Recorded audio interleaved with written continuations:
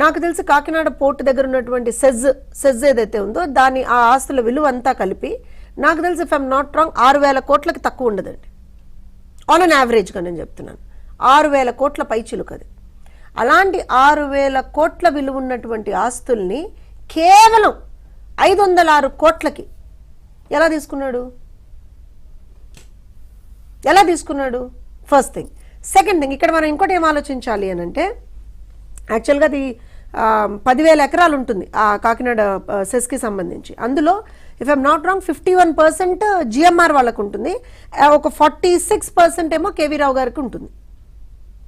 ఆ పర్సంటేజ్ అలా ఉంది వాళ్ళది.